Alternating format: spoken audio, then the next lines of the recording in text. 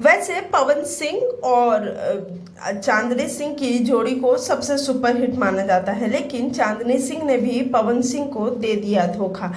खेसारी लाल के साथ लेकर आ रही हैं एक हॉट गाना। सबसे पहले तो आप लोग वीडियो को लाइक करें और चैनल को सब्सक्राइब करना बिल्कुल ना भूलें। जी हाँ, अखिलेश कश्यप के घर पर जाकर और उन्हीं के साथ उनके गाने हैंडसम राजा पर वीडियो जब बनाई थी चांदनी सिंह, तभी से लोगों को शक था कि कुछ ना कुछ तो बवाल होने वाला है। फिर चांदनी सिंह ने सोशल मीडिया पे एक फोटो शेयर किया जिसमें वो और खेसारी लाल एक साथ पानी में नजर आ रहे हैं, जिसका साफ साफ तौर पे ये कहना है कि गाना तो आ रहा है और काफी बड़े लेवल का गाना आ रहा है। वही चांदनी सिंह जो पवन सिंह को अपना गुरु मानती थी, पवन सिंह के लिए कुछ भी करने को तैयार थी, उन्होंने आज खेसारी लाल जी के साथ गाना लेकर आ रही हैं, जिससे फैंस भी काफी ज्यादा नाराज है।